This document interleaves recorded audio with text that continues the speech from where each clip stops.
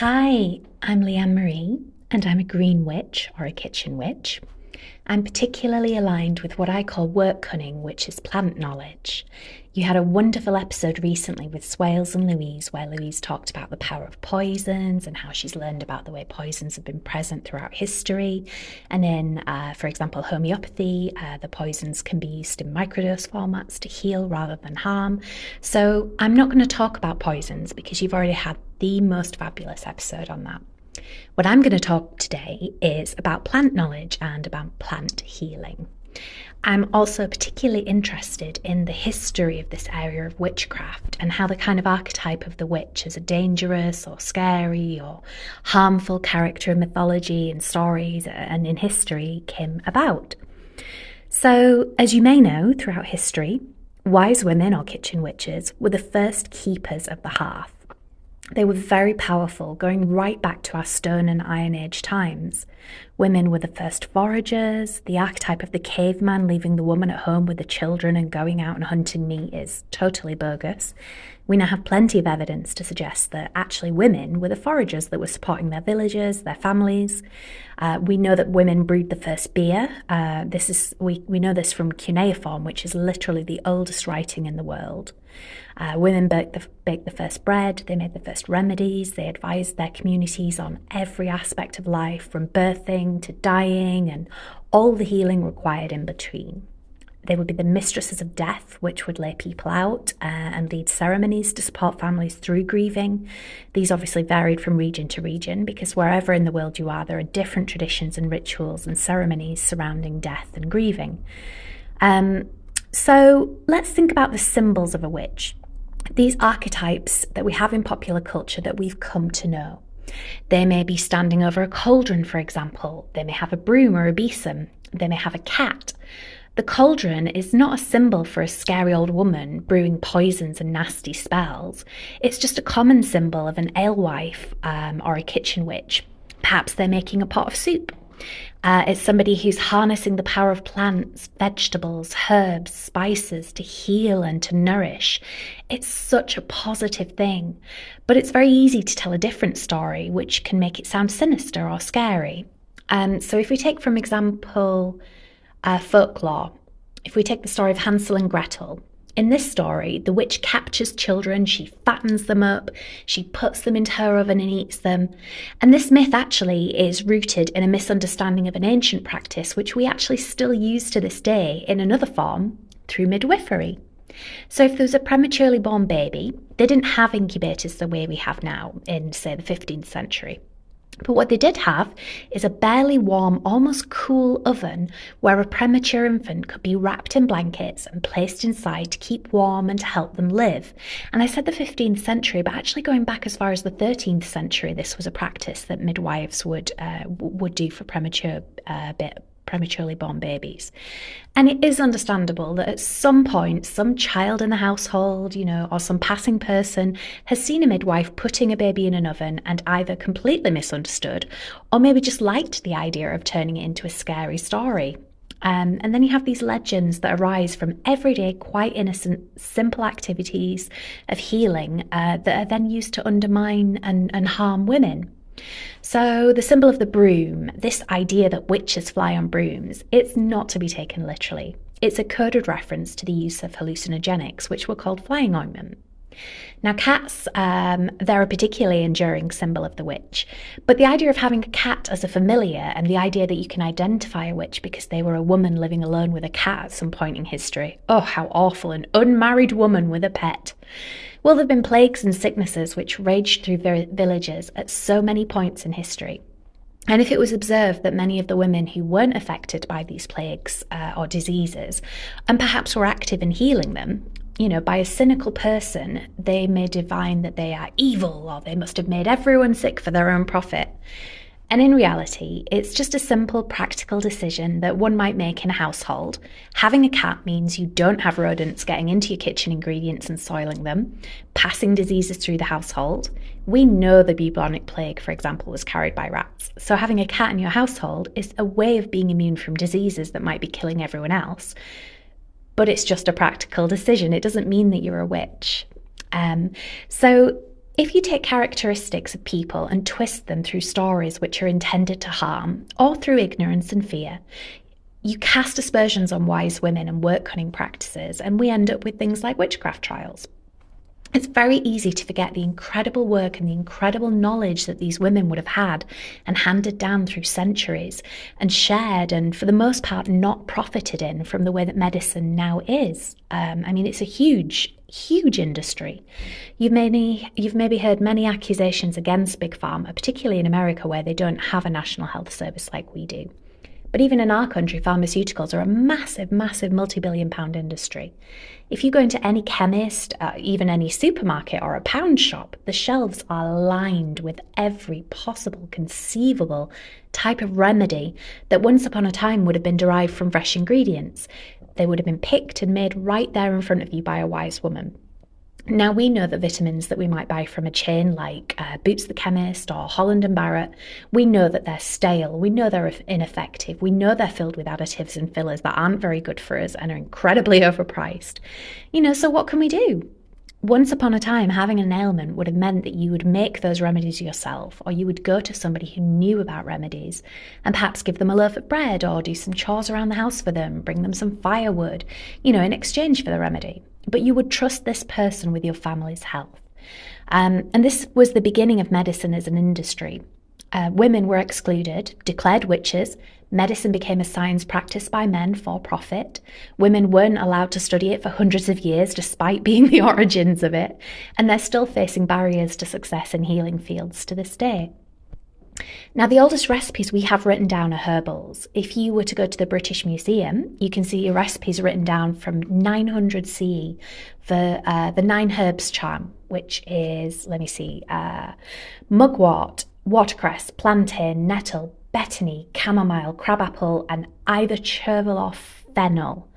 So that's the 9 herbs charm. In TCM, or traditional Chinese medicine, these remedies and practices go back thousands of years, as do those in Ayurvedic medicine. And these often involve taking energy from spices and eating particular combinations of foods or excluding certain foods for optimal health. So that's just a little bit about, what work cunning is and how it's kind of come through history and folklore to the place where I am right now. And the way I practice my craft of work cunning is to focus on infusions. So whether I'm creating infusions to breathe, to drink, to bathe in, or clean my house with, I try and grow or forage my ingredients or buy them locally. So once upon a time, actually less than 100 years ago, we wouldn't have gone to a supermarket, and because they didn't exist, but we wouldn't have gone to a shop and bought a bottle of something that was made to have, an incredibly long shelf life, be shipped all around the country or the world, has loads of synthetic fragrances in. We would have just simply made our own cleaning materials. And I've noticed recently that simmer pots have come into fashion, which is something I've been doing for a long time. And all it is really is boiling up herbs or flowers with salt and citrus, purifying the air in my home, shifting energy for clarity or calm or focus. And then you strain it when you're done. You add it to vinegar or use it neat to wipe down your kitchen surfaces. And this kind of idea that we have to buy multiple different products to clean with, when for the most part you already have the ingredients in your cupboards at home. Bicarbonate of soda and vinegar will clean just about anything. But there's not a whole lot of money to be made in bicarbonate of soda and vinegar, so they, mix together these terrible long life potions and sell them and ship them everywhere, trashing the planet. And we see time and time again all this knowledge we've had throughout history has become commercialized for profit. And it's often in ways that are harming people's health and harming the planet. We're now in a situation where ingredients have microplastics, or they're in plastic packaging, which leaches into the contents. It's destroying our planet, it's destroying us, it's disrupting our endocrine systems and making us sick. The only way that this kind of can stop, it can't really be reversed because it's hit a critical mass, but we can make conscious choices as individuals to try and rediscover this work cunning, this knowledge of plants and remedies, to take back some of our own power, I guess. So let me give you some examples. If we move on to some common healing herbs that are fairly accessible, whether you want to go out and forage them, ensuring, of course, if this is something you're new to, that you use a book or a reliable app that can help you safely identify plants and learn their common uses. So let's think. Common ailments you might have. If you have issues with breathing, from allergies or asthma to the common cold, I mean, we're just beginning with hay fever and allergy season. There's a lot of tree pollen about and stuff and pollution. So if you're having issues with breathing, you might want to take hyssop, eucalyptus, nettle, elderflower, meadowsweet.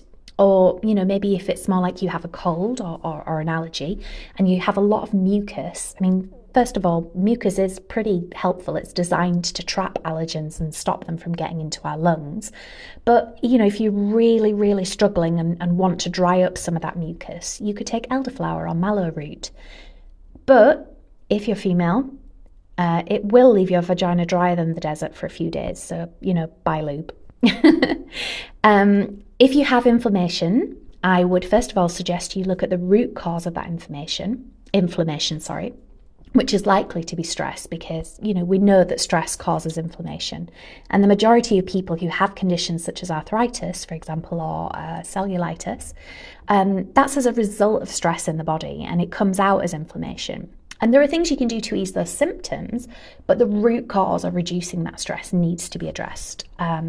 So if we're looking at easing the symptom of inflammation, you'd be looking at lemongrass, nettle again. Oh, nettle's so powerful. Ginkgo, dandelion leaf, sage, elderflower, meadowsweet, skullcap, motherwort.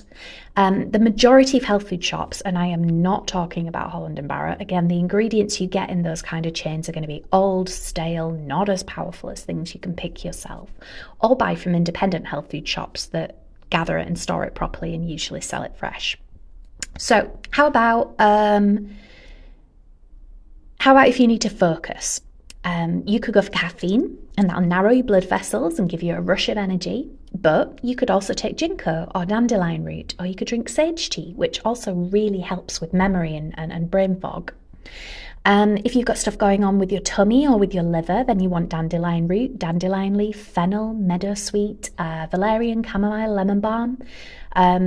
Maybe not valerian if it's your liver though.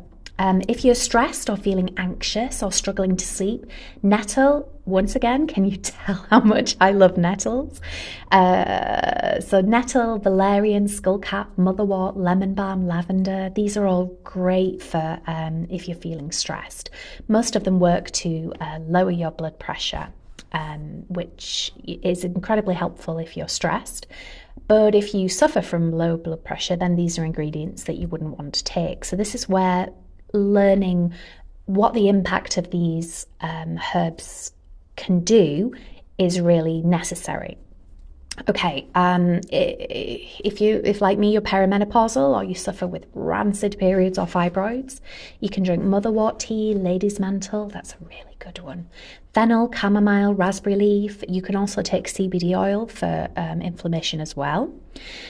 So how do I come to this knowledge? Well, it's something that can be handed down to you. It's something you can learn from books. It's also something that can come to you through your instincts. I tend to make healing things for myself and my family and people that I know. I don't do it for profit because I already have a business that takes care of that. But it's because I know the people that I make things for.